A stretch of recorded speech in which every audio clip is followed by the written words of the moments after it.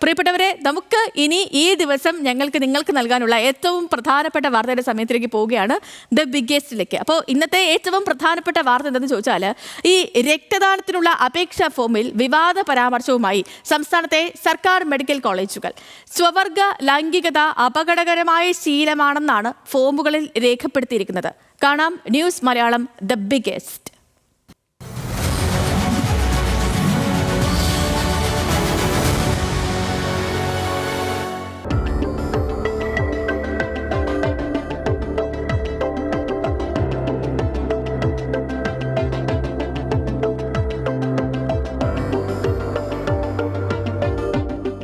സ്വവർഗ ലൈംഗികത സ്വാഭാവിക ജീവിത രീതിയാണെന്നിരിക്കെ സംസ്ഥാനത്തെ മെഡിക്കൽ കോളേജുകളിലൂടെ പ്രചരിക്കുന്നത് ഇങ്ങനെ.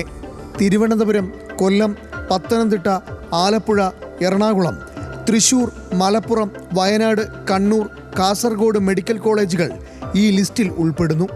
സുരക്ഷിതമല്ലാത്ത ലൈംഗിക രീതികളാണ് HIV പോലുള്ള രോഗങ്ങൾ പടർത്തുക എന്നിരിക്കെ സ്വവർഗ ലൈംഗികതയാണ് അപകടകരമായ ശീലമായി ആശുപത്രികൾ രേഖപ്പെടുത്തുന്നത്.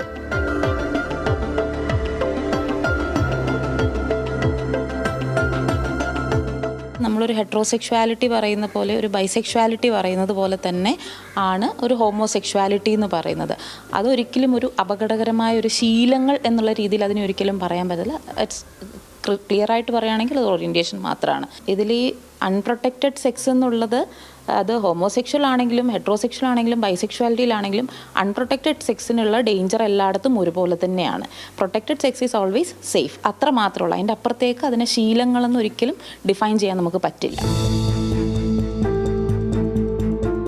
സ്വവർഗ ലൈംഗികതയ്ക്കൊപ്പം പ്രകൃതി വിരുദ്ധ ലൈംഗിക ജീവിത രീതിക്ക് അടിമയാണോ, ലൈംഗിക ബന്ധത്തിനായി പണമോ മയക്കുമരുന്നോ നൽകിയിട്ടുണ്ടോ എന്നതടക്കമുള്ള അരോചകമായ ചോദ്യങ്ങളാണ് പല ആശുപത്രികളും പ്രചരിപ്പിക്കുന്നത്.